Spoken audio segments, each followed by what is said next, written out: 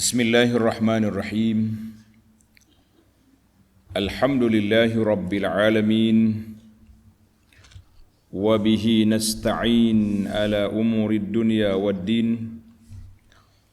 Wassalatu wassalam ala al-mab'uthi rahmatan lil alamin. Nabiyyina wa habibina wa qudwatina Muhammad ibn Abdullah wa ala alihi wa sahbihi wa man sar ala nahjihi wa ihtada bihadihi wa istanna bisunnatihi ila yaumiddin, amma ba'du.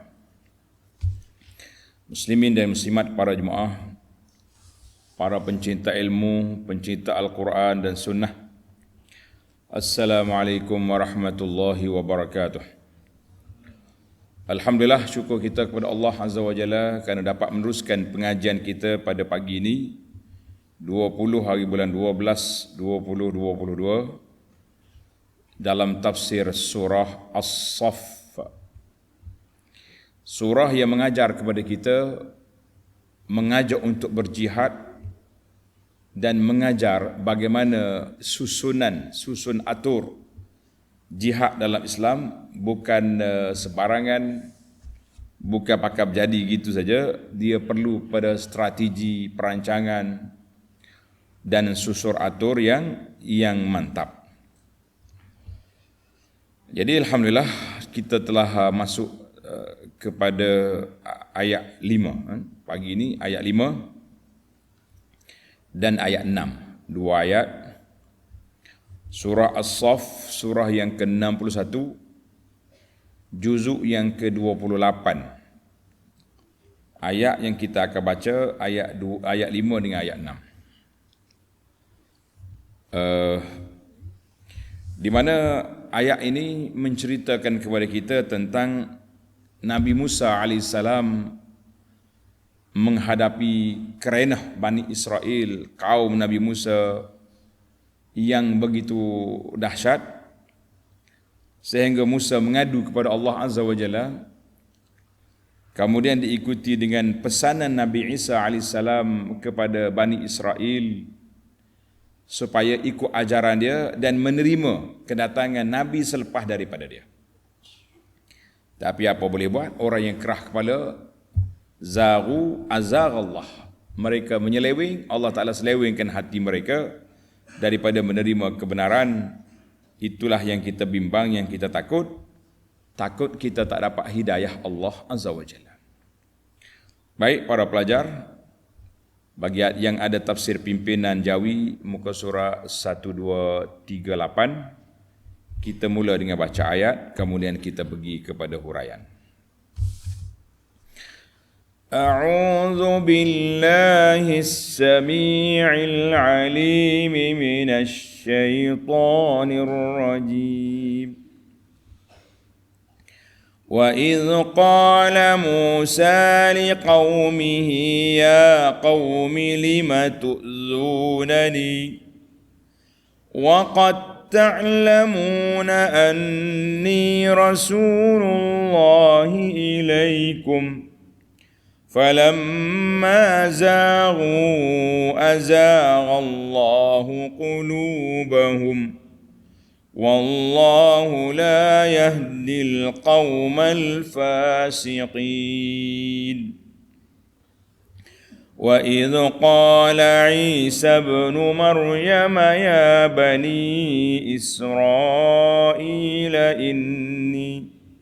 إني رسول الله إليكم مصدقا لما بين يدي من التوراة ومبشرا برسول يأتي من بعد اسمه أحمد فلما جاءهم بالبينات قالوا هذا سحر مبين.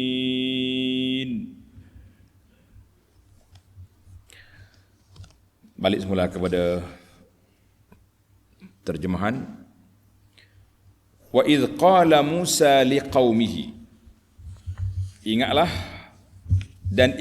peristiwa ketika Nabi Musa alaihi salam berkata kepada kaumnya, "Ya kaum, wahai kaumku, lima tu'zunani, mengapa kamu menyakitiku?"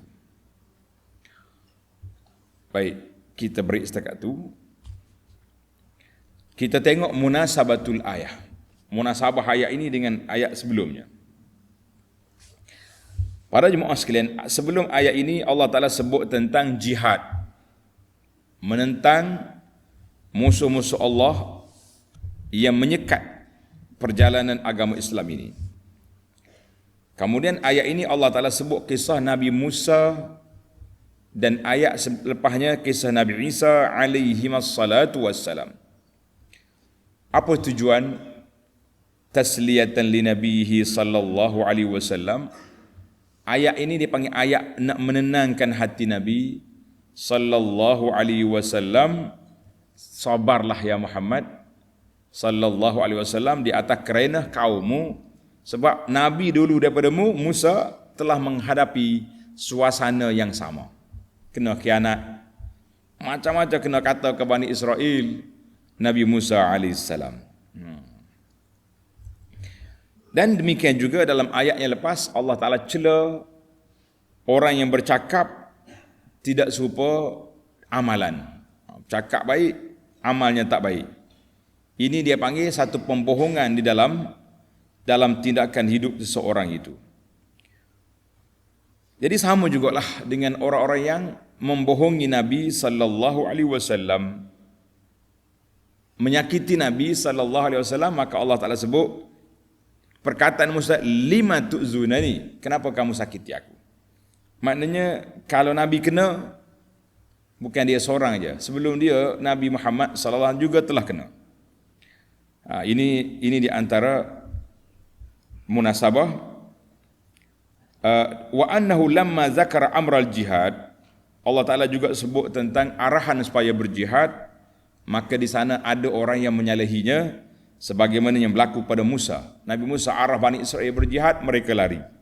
Nabi Isa sama juga, arah mereka ikut ajarannya, mereka lari.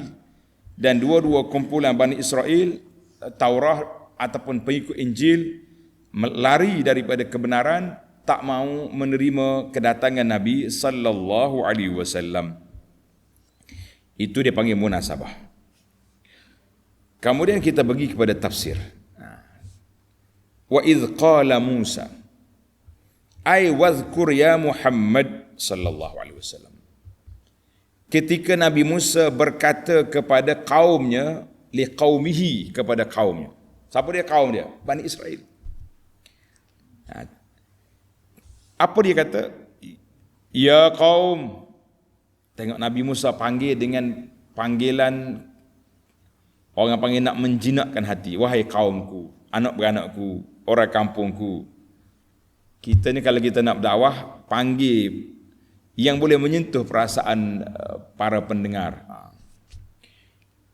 Lima tu'zunani, mengapa kamu menyakitiku? Ai lima tusibunani bima yu'zini, kenapa kamu melemparkan ke atasku perkara yang menyakitiku? Dia menyakiti Nabi Musa ni, dia bukan pukul dengan kata-kata, dia tuduh Nabi Musa macam-macam. Dia perli Musa, dia buat pendustaan pada Musa, yang menyakit dari sudut mentalnya, kalau tak sakit fizikal pun. Nabi Musa kata, wa qad ta'lamuna anni rasulullah ilaikum,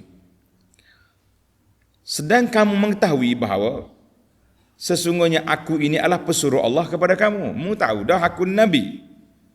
Ai wal hal annakum ta'lamuna ilman yaqiniyan, kamu sudah tahu dengan ilmu yang yakin bahawa aku ni Rasulullah pada kamu, utusan Allah kepada kamu. Wa annahu yajibu alaikum ta'zimi, wajib ke atas kamu membesarkan aku, walinqiyadu li amri, dan mengikut arahan aku. Sebab bukti sudah cukup. Dia berlawan dengan Fir'aun, sudah lawan. Tongkat dia, mukjizat dia sudah tunjuk. Tapi Bani Israel ni gitulah perangai dia.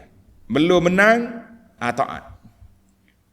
Selepas Fir'aun mati, Nabi Musa dapat menyeberangi laut bersama mereka. Keluar je laut. Dia tengok orang semua berhala, nak sembah juga.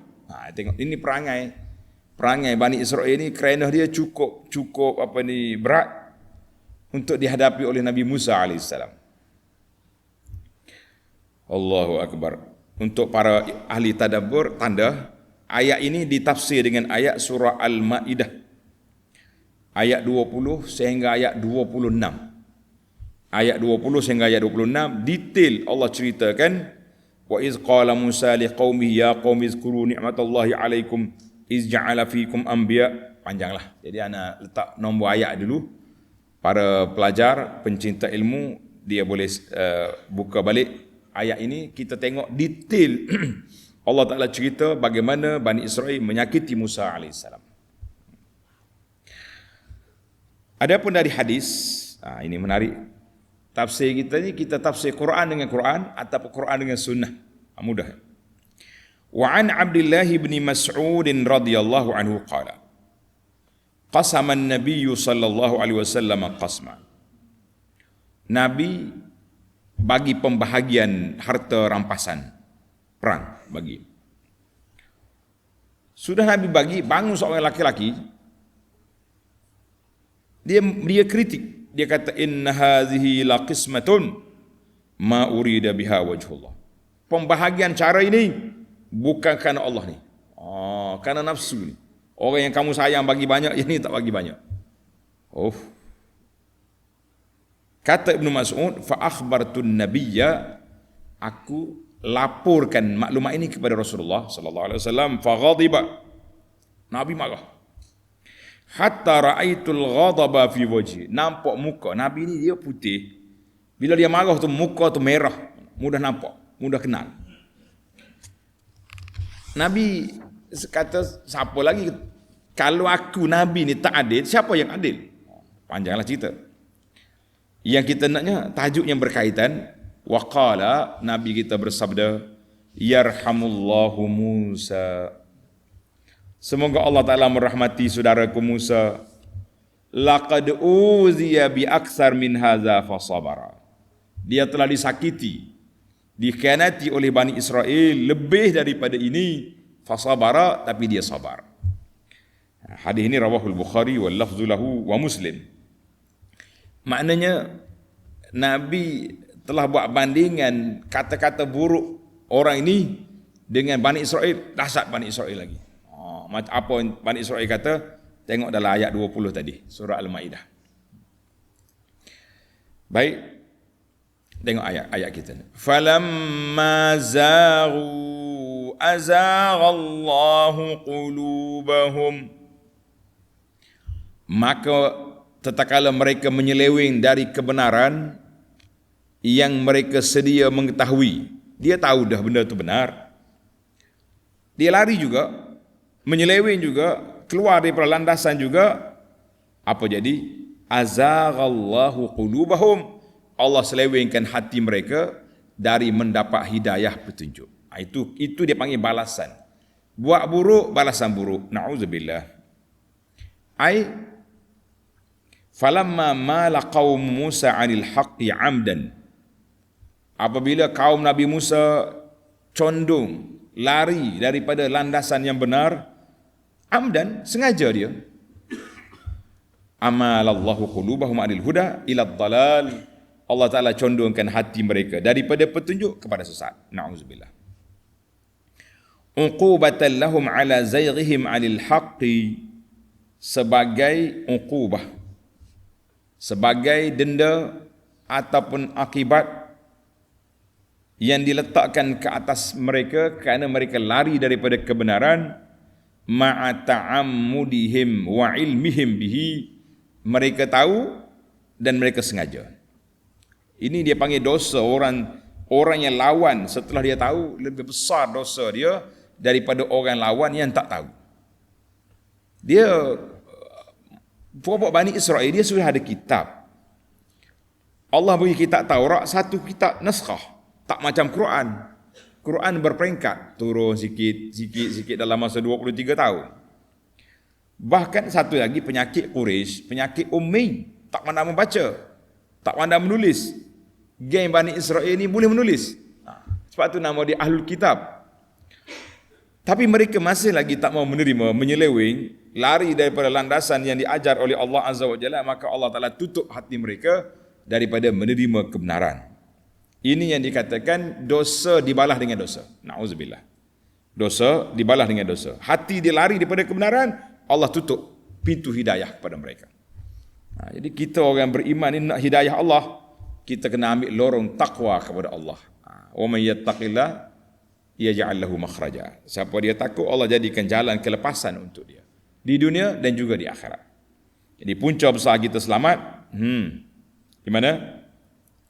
Apabila kita ikut arahan Allah Azza wa Jalla, ikut sunnah Nabi sallallahu alaihi wasallam, kita selamat. Ayat ini ditafsirkan juga dengan ayat surah Ali Imran ayat 8, iaitulah doa ar-rasikhina fil ilmi. Doa orang yang ada ilmu. Dia doa. Kita pun boleh ambil ayat ini, tanda ni pada jemaah. Ayat 8 surah Ali Imran, kita jadikan doa. Rabbana la tuzigh qulubana ba'da iz hadaitana wa hab lana min ladunka rahmah innaka antal wahhab. Rabbana, wahai Tuhan kami, la tuzigh qulubana, jangan kau selewengkan hati kami, jangan kau pesongkan hati kami ke jalan yang tak baik setelah engkau beri hidayah kepada kami. Sekarang ni alhamdulillah, tuan-tuan dan puan-puan, kita dapat hidayah, cinta Al-Quran, cinta sunnah Nabi sallallahu alaihi wasallam, suka ke masjid, salatul jamaah, belajar ilmu. Jadi ini jalan yang baik. Jadi kita minta la tuzigh, jangan selewengkan hati ni jadi tak baik. Dulu petang-petang asyik ke masjid, majlis ilmu. Kita bimbang takut dah tua-tua ni, petang-petang asyik pasar petang, pasar malam. Tak salah pergi pasar malam, pergilah. Tapi tak pergi masjid tu, hilang daripada radar majlis ilmu, itu kebimbangan. Ataupun terperangkap dengan ajaran-ajaran yang pelik-pelik. Dulu kalau kita zikir hak Nabi ajar. Sekarang ni pergi cari zikir hak melompat terbalik nunginyo pun ada kata orang. Ini bahaya. Wahab lana min ladunka rahmah. Ya Allah, anugerahkanlah kepada kami di sisimu rahmat. Sebab kita ni hidup di bawah rahmat Allah. Kalau Allah Ta'ala rahmatkan kita di dunia, maka kita akan masuk syurga dengan rahmat daripada Allah Azza wa Jalla. Innaka antal wahhab. Sesungguhnya engkaulah pemberi rahmat, pemberi taufik, pemberi hidayah, pemberi rezeki, semua di bawah kuasa Allah Azza wa Jalla. Jadi para jemaah, ambil ayat ini, jadikan doa. Kalau bila kita jadikan doa, kita boleh baca dalam solat, dalam rukuk, dalam sujud, semua tempat dibaca ketika kita dikira berdoa. Yang tidak dibenarkan kita baca Quran dalam rukuk dengan sujud. Tidak, bukan tempat baca Quran di situ. Baca Quran waktu qiyam. Tapi kalau sudah jadi format doa macam ni, Rabbana Rabbana ini, itu sudah boleh dibaca di semua tempat. Alhamdulillah. Dan sangat penting. Sangat penting ini supaya kita nak minta hidayah dan dikembarkan dengan doa, ya muqallibal qulub sabbit qalbi ala din. Ayat ini minta la tuzigh, yang tu ya muqallibal qulub. Dua ini dibaca insya-Allah. Insya-Allah kita duduk di atas sabat, duduk di atas landasan yang benar, di atas landasan yang diredai oleh Allah Azza wa Jalla sampai kita mati dan mendapat rahmat untuk ke syurganya nanti. Amin ya rabbal alamin. Di akhir ayat Allah sebut, wallahu la yahdil qaumal fasiqin. Dan sememangnya Allah tidak memberi hidayah petunjuk kepada kaum yang fasik, yang derhaka. Mana orang yang fasik, yang derhaka, ketika dia derhaka, ketika dia jahat, ketika dia fasik itu, Allah tak beri petunjuk kepada dia. Ai wallahu la yuwaffiq littiba'il haqqi. Allah Ta'ala tak akan beri taufik untuk menerima kebenaran ini kepada kaum yang keluar daripada landasan ketaatan kepada Allah dan duduk di atas landasan channel maksiat, maka orang ini tidak akan mendapat hidayah petunjuk Allah Azza wa Jalla. Kita nak dapat petunjuk, ambil lorong takwa, lorong yang diredai oleh Allah Azza wa Jalla, insya-Allah kita akan dapat hidayah, akan dapat taufik daripada Allah Azza wa Jalla. Baik, tamatlah kisah Nabi Musa. Kisah yang kedua, ayat penenang yang kedua untuk Nabi sallallahu alaihi wasallam, dan sudah pasti untuk kita jemaah ni pun perlu kepada penenang, sebab kita juga akan disakiti oleh orang. Nak ikut yang benar, kita akan diperli, akan macam-macam. Allahu Akbar. Ana biasa bawa jemaah haji. Bila lepas haji, kita buat majlis muhasabah. Muhasabah. Dengarlah pengalaman-pengalaman orang ni. Terutama sekali bahagian hajah kita, muslimah. Oh, dia kata susah Ustaz. Nak mari haji pun kena perli dah. Nanti balik hajah ni tak kawan dengan kita dah. Geng-geng tak mahu tuduh ni. Tak mahu kawan kita dah. Kita ni jahiliah dia. Dia kata belum pergi dah kena. Itu dia panggil perangai syaitan-syaitan manusia ni. Nak menyekat orang daripada kebaikan ni, memang kerja dia. Baik, mari kita pergi kepada kisah Nabi Isa. Wa idh qala Isa ibn Maryam ya bani Israel. Dan ingatlah juga peristiwa ketika Nabi Isa ibnu Maryam berkata, wahai Bani Israel. Tengok ni pelajar. Ayat Musa, kenapa Musa kata ya qaum? Wa iz qala Musa liqaumihi ya qaum. Tapi mari kepada Isa, kenapa dia tak kata ya qaumi? Sedangkan dia dari kalangan Bani Israel. Nabi Isa Israeli, Bani Israel. Pengikut dia Bani Israel. Tapi kenapa dia tak sebut ya qaum? Dia kata ya Bani Israel. Dia sebut nama kabilah, nama kaum. Sebab apa? Tengok Allah Ta'ala ni, ini nama dia Quran. Dua ayat yang berdekatan. Dua Nabi semuanya dari Bani Israel. Tapi yang ni panggil ya qaum, yang ni tak panggil ya qaum. Mesti ada rahsia di sana yang kita kena kena teliti dan kita perhalusi. Dengar, tunggu jawapan dia. Jadi Nabi Isa alaihissalam, wazkur ya Muhammadu sallallahu alaihi wasallam, hina qala Isa bin Maryam, ketika Nabi Isa kata kepada Bani Israel, dia kata apa? Inni Rasulullah ilaikum. Inni Rasulullah ilaikum. Wahai Bani Israel, sesungguhnya aku ini pesuruh Allah kepada kamu. Aku ni pesuruh Allah kepada kamu, mu jangan buat tak kenal, jangan buat tak tahu. Sebab manusia ni dia tahu, setengah orang tu dia tahu tapi dia buat tak tahu. Ya, itu yang pelik tu kan. Tahu, buat tak tahu, itu bahaya. Kalau tak tahu sungguh, macam mana pula? Tak tahu sungguh, bahaya juga. Tapi kurang sikit darjat dia. Maka Nabi Isa AS, dia panggil ya Bani Israel. Sebab biasanya seorang itu akan nisbahkan diri dia mengikut ayah dia, mengikut bapa. Manakala ayah dia kabilah ni, dia akan nisbahkan diri kepada kabilah. Oleh kerana Nabi Isa tak ada ayah, orang tak nisbah kepada mak. Mak tak boleh masuk dalam kabilah sebagai satu keturunan yang disebut.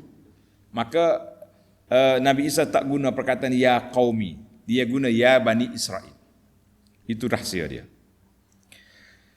Ya Bani Israel, inni Rasulullah, aku ni utusan Allah. Arsalani ilaikum, Allah hantar aku ni kepada kamu. Untuk apa? Li'ad'ukum ilal khairi. Aku nak panggil kamu, nak ajak kamu kepada kebaikan, beriman kepada Allah.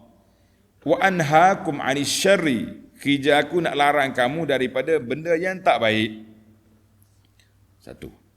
Yang kedua, sifat Nabi Isa yang kedua, musaddiqan lima baina yadayya minat Taurah. Dan kerja aku yang kedua mengesahkan kebenaran kitab yang diturunkan sebelum aku, iaitu kitab Taurat. Mana Nabi Isa memperakui kitab Taurat itu yang diturun pada Musa benar. Bahkan dia sambung balik. Kemudian turun Injil pada dia. Ai musaddiqan lit-Taurah. Nabi Isa membenarkan Taurat allati unzilat min qablu, yang diturun sebelum daripada dia. Turun pada siapa? Turun kepada Musa alaihi salam. Maksud dianya makna tasdik. Apa makna musaddiqa? Membenarkan. Makna apa? Ai tasdiquhu laha fit tauhid. Membenarkan ajaran Taurat, mengajak manusia kepada tauhid, kepada Allah Azza wa Jalla. Wa jamharati syara'iha, dan juga melaksanakan syariat yang ada dalam kitab Taurat. Yang ada dalam kitab Taurat. Dan ada juga pandangan yang mengatakan musaddiqa, membenarkan isi Taurat. Dalam kitab Taurat sudah sebut Nabi lepas Musa ni Isa. Ada dalam kitab Taurat. Maka bila Isa mari, Isa kata benarlah apa yang ada dalam Taurat, akulah orang itu, orang yang dimaksudkan itu. Kemudian itu kerja Nabi Musa memaklumkan bahawa Nabi lepas pada aku Isa. Kerja Nabi Isa pula macam mana? Ada pun detail sikit tentang musaddiqah tadi, membenarkan itu. Para jemaah, tanda ditafsirkan dengan ayat 46 surah Al-Maidah. Ayat 46 surah Al-Maidah. Wa qaffayna ala atharihim bi'Isa ibn Maryam musaddiqan lima bayna yadayhi minat Taurah.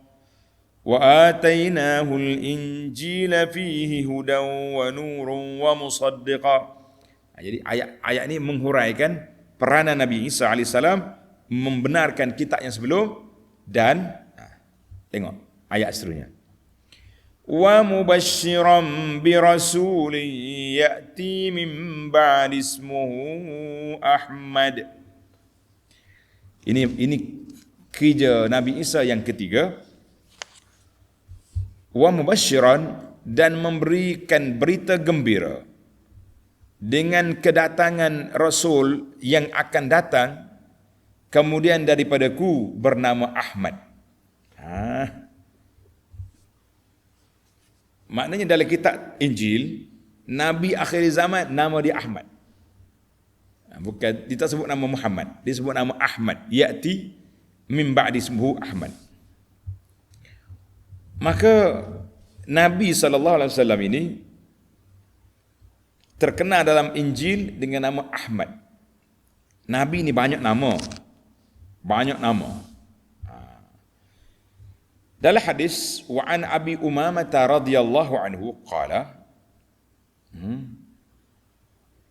qultu ya Nabi Allah, wahai Nabi, ma kana awwalu badi amrik. Permulaan perjalanan Nabi ni bermula di mana? Bermula di mana? Qala da'watu Abi Ibrahim. Doa datuk aku Ibrahim. Ayah dia, tok dia Ibrahim, doa dia ataupun dakwah dia, itu permulaan perjalanan kita ni. Mula situ. Wa busyra Isa, dan khabar gembira yang disampaikan oleh Isa kepada Bani Israel, ya'ti min ba'di ismuhu Ahmad. Akan datang Nabi, nama dia Ahmad. Wara'at ummi annahu yakhruju minha nurun adha'at minhu qusurus Syam. Mak aku telah bermimpi. Mak dia mimpi keluar daripada dia cahaya yang menerangi istana di Syam. Istana Syam ni, Syam di bawah Rom, Kaisar. Kalau di sebelah sana tu di bawah Parsi, Rom dengan Parsi. Hadis ini Akhrajahu At-Tayalisi wa Ahmad wa Tabarani wa sahahahu li ghairihi Syekh Al-Syu'aib Al-Arnaud dalam tahqiq. Maknanya sahih li ghairihi sanad dia. Adik maknanya Nabi kita sallallahu alaihi wasallam dia kata dakwah aku ni kita tak usah ambil yang atas lagi panjang jauh sangat. Ambil daripada Ibrahim. Allah Taala sebut dalam Quran millata abikum Ibrahim. Agama tok kamu Ibrahim.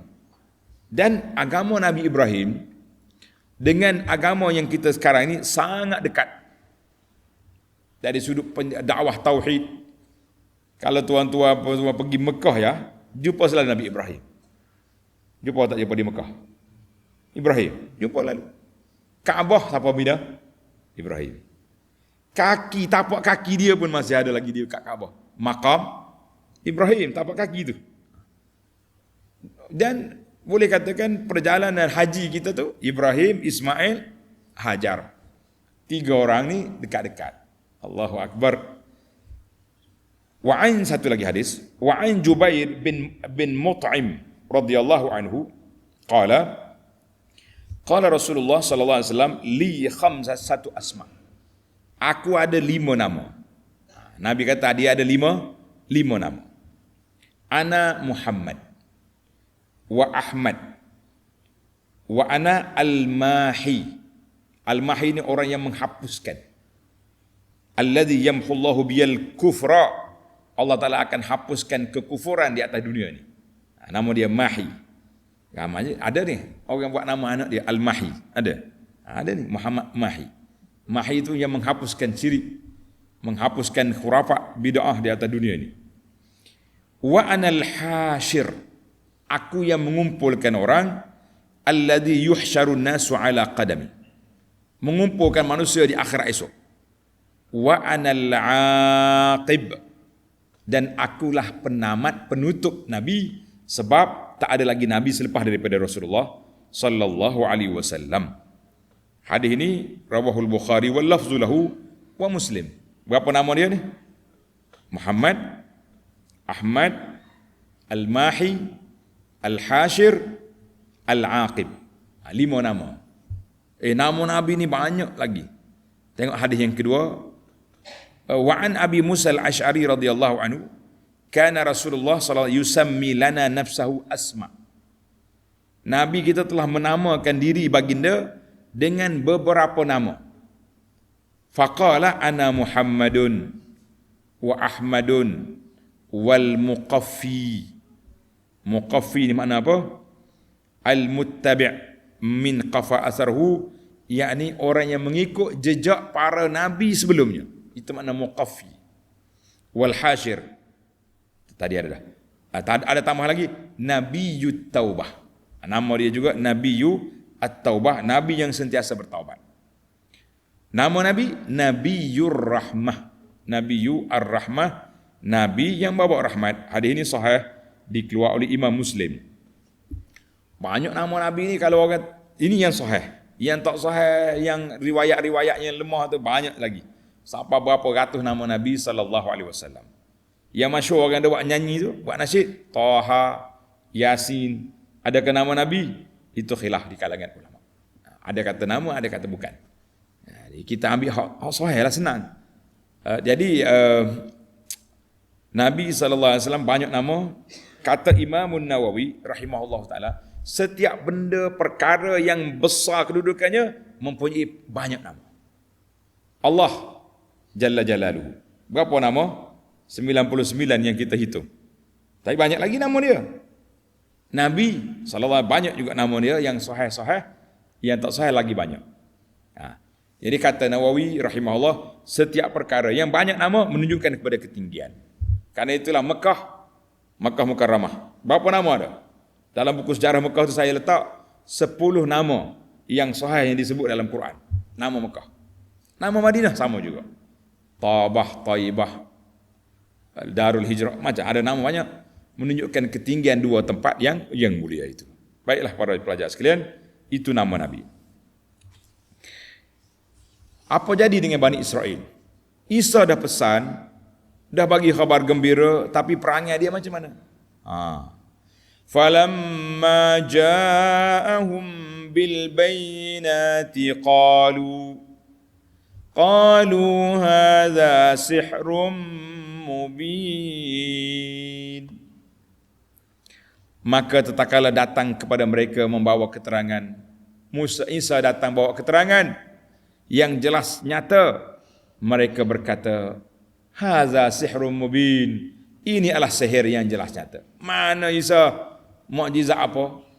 Banyak mukjizat Isa ni memang ajaib, di luar kotak pemikiran manusia dipanggil. Apa dia? Orang mati boleh dipanggil hidup balik.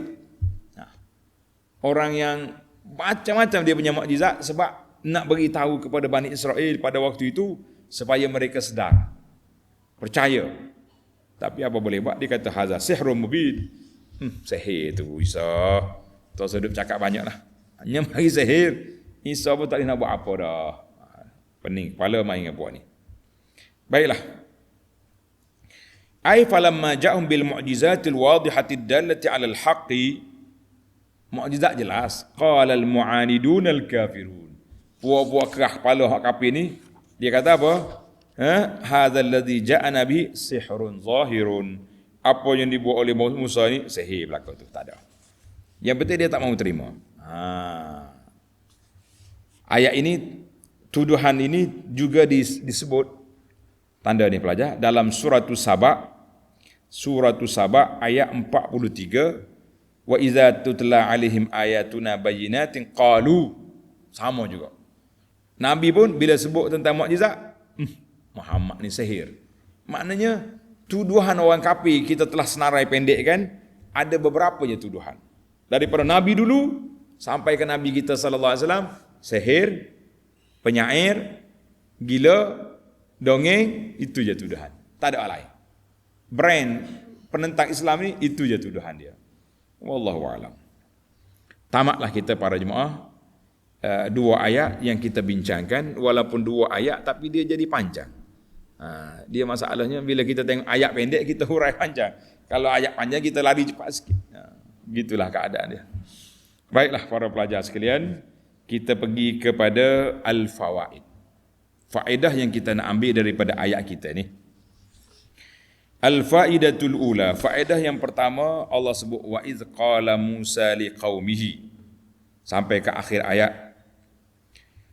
Dalam ayat ini fihi tambihun, menceritakan bahawa tidak ada nabi kecuali akan menghadapi ujian dan kerenah daripada kaum masing-masing. Untuk apa tu? Supaya menjadi penenang hati nabi, penenang hati para pendakwah yang mendukung ajaran Nabi sallallahu alaihi wasallam ini, Al-Quran dengan sunnah ini, pasti akan dilemparkan dengan tuduhan-tuduhan yang kadang-kadangnya berat, kadang-kadangnya tak berapa berat, bahkan ada sampai mereka dikafirkan ataupun dikeluarkan daripada ahli sunnah wal jamaah. Kita nak bawa hak Nabi ni, kita pula terkeluar daripada ikut sunnah. Subhanallah. Yang dia ikut Aristotle, dia ikut hak puak-puak falsafah, itu yang betul-betul sunnah. Nak kata apa? Baiklah. Poin yang kedua, tambihun ala azimi izair rasul.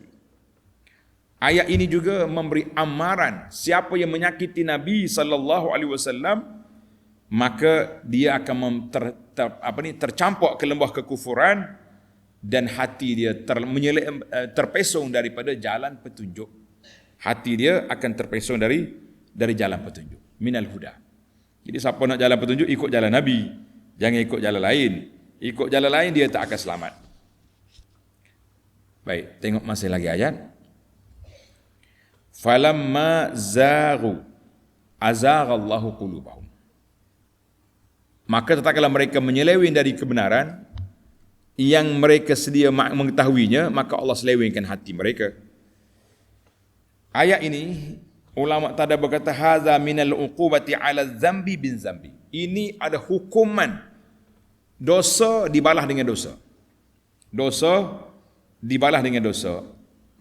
Seleweng hatimu, seleweng daripada jalan Allah, Allah Taala selewengkan hati dia daripada menerima kebenaran. Wal jaza' bil ma'asi 'alal ma'asi, balasan maksiat ke atas maksiat. Dalam satu kata-kata hikmah daripada para ulama, dia kata al-ma'asi, maksiat akan melahirkan maksiat. Dengar ni. Maksiat melahirkan maksiat. Orang ni buat maksiat kecil dulu, kemudian dia akan pergi lagi banyak. Tapi kebaikan akan melahirkan kebaikan. Mula-mula kita pergi solat, kemudian solat berjamaah, kemudian berzikir, kemudian baca Quran, kemudian tadabbur. Mana dia? Kebaikan akan melahirkan kebaikan, maksiat melahirkan maksiat. Jadi kalau kita tak mau jadi ahli maksiat, kita putuskan hubungan kita dengan lorong-lorong maksiat, baru dia terputus. Macam zaman Covid dulu, dia panggil putuskan rangkaian. Orang yang kena Covid, kuarantin berapa hari tu? 10 hari dah. 10 hari kuarantin. Duduk tak boleh campur dengan orang. Maksiat, kalau nak putuskan maksiat, duduk uzlah. Lari daripada bercampur dengan ahli maksiat, insya-Allah terputus. Kalau tidak, tak lepas kita. Tuan-tuan dan puan-puan, ingat ke tidak kisah pembunuh 99 orang? Kan dia bunuh 99 orang, dia nak taubat. Tok guru dia kata apa? Mau berpindah daripada kampung ni hitam, black area sini ni. Kampung orang jahat. Kalau betul nak taubat, pergi duduk tempat orang baik. Ini kita penting juga. Kita jangan duduk di tempat yang ahli maksiat, barulah hati kita tu tenang. Kalau tidak jumpa dengan kawan ni, Allah Akbar. Sampai anak kata tuan-tuan, kadang-kadang kita ni suka pergi masjid, suka pergi belajar. Tapi kalau jumpa geng hok kaki buah, datang masjid pun dia buah, waktu orang kuliah pun dia buah juga. Tak tahu apa. Ini kalau kita betul nak belajar, tengok dia ni buah kuat waktu ngajar, kita duduk jauh. Dia tiang ni, saya tiang sana. Tak jadi juga, dia masjid lain, saya masjid lain. Siapa berkat itu, kita kena putuskan rantaian ataupun rangkaian. Maksiat diputuskan. Maksiat barulah dia pergi kepada ketaatan kepada Allah Azza wa Jalla. Jadi ayat ini sangat berat. Al-ayat tufi annal idlal Allah li ibadihi. Apa hukuman Allah Taala jatuhkan kepada hamba dia ni, bukan Allah Taala zalim, sebab oleh kerana keras hati, maka Allah balas dengan hati yang keras. Wal iazubillah. Na'udzubillah.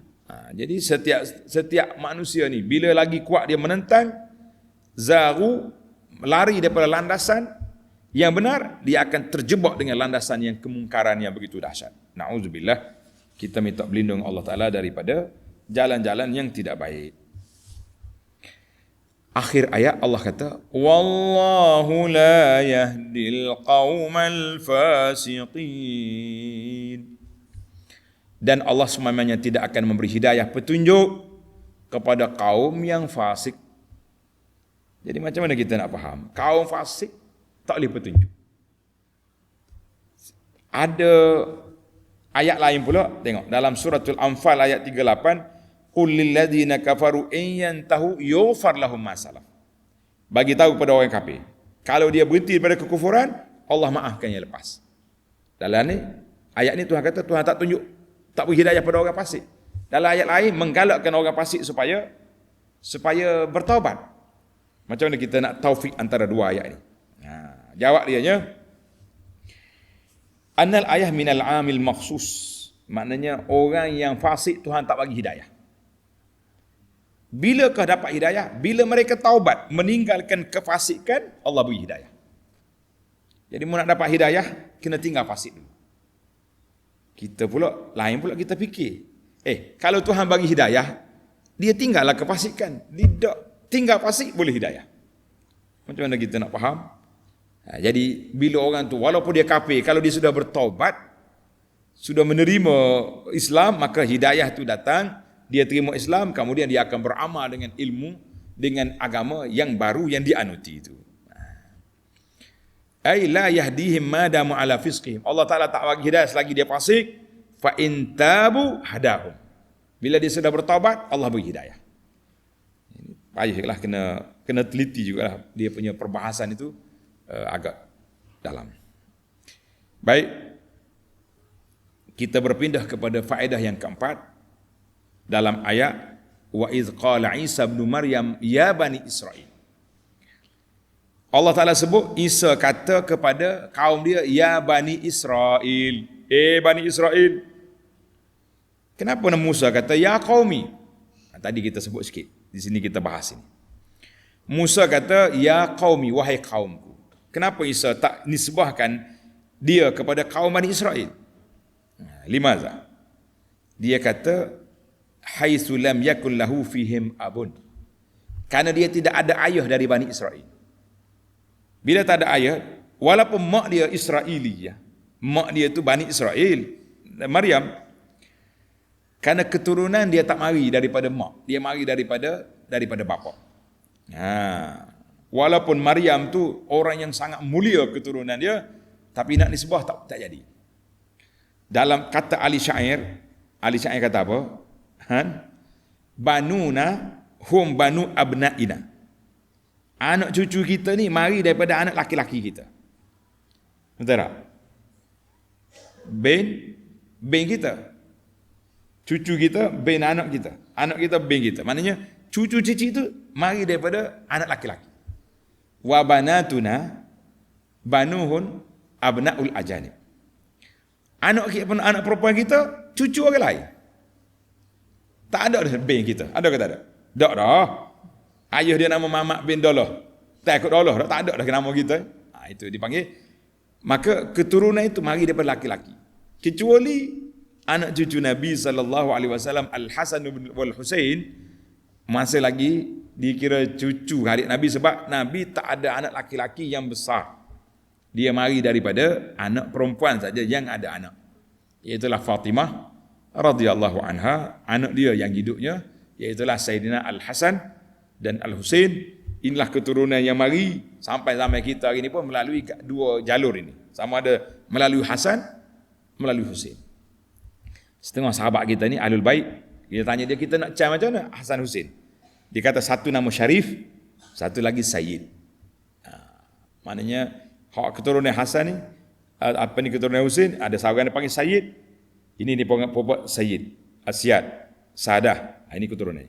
Syarif keturunan. Dia bagi dua lorong itu. Wallahu a'lam. Baiklah, jadi Nabi Isa oleh kerana dia tidak ada bapa, maka dia guna perkataan ya Bani Israel. Dia tak sebut ya qaum. Ya qaumi. Itu beza di antara dua sebutan itu. Dua sebutan Nabi Musa dengan Isa. Kemudian apa jawatan Isa? Dia kata aku ni musaddiqan lima baina yadayhi. Peranan Nabi Isa AS membenarkan apa yang dibawa oleh Nabi Musa AS, dan aku sambung balik apa yang telah dibawa oleh Musa dalam Taurat. Kemudian yang terakhir jawatan Nabi Isa, wa mubasysyiran bi rasulin ya'ti min ba'di ismuhu Ahmad, memberi khabar gembira dengan rasul yang akan datang. Ini yang dipanggil rantaian silsilah zahabiyah, rantai emas, susur galur para nabi. Hak nabi dulu bagi tahu nabi akan datang kemudian, yang kemudian datang akan. Jadi Musa kata akan mari Isa. Isa kata akan mari Nabi Muhammad sallallahu alaihi wasallam. Mari pengikut Isa pula tak terima. Sebab Muhammad sallallahu alaihi wasallam bukan Bani Israel. Ini semua penyakit hati. Kerana hasad, kerana dendam, semuanya tak jadi belaka. Tak jadi belaka. Baiklah, dalam ayat ini Allah kata wa mubasysyiran. Dia tak kata wa musaddiqan, membenarkan apa yang akan datang. La. Wa mubasysyiran, memberi khabar gembira. Kita kena faham, benda yang dah berlaku, kita mengatakan saya mengesahkan benda ni sudah dapat kelulusan. Lepas dah. Benda yang akan datang, orang tak bentar lagi, kita kata saya mengesahkan. Mengesah apa? Tak bentar lagi. Wadah. Saya memberi khabar gembira akan datang. Itu perbezaan pengguna ayat. Tengok, mula-mula dia kata wa musaddiqan. Ayat yang kedua mubasysyiran. Wa mubasysyiran. Jadi beza di antara dua kalimah itu jauh. Musaddiqan yang lepas. Wa mubasysyiran akan datang. Alhamdulillah. Tamaklah kita cara ringkas-ringkasnya 5 faedah yang dapat kita ambil daripada pelajaran yang kita belajar pada pagi yang mulia ini. Subhanakallahumma wa bihamdika asyhadu an la ilaha illa anta astaghfiruka wa atubu ilaik. Wa sallallahu ala nabiyyina Muhammad wa ala alihi wa sahbihi ajma'in walhamdulillahi rabbil alamin.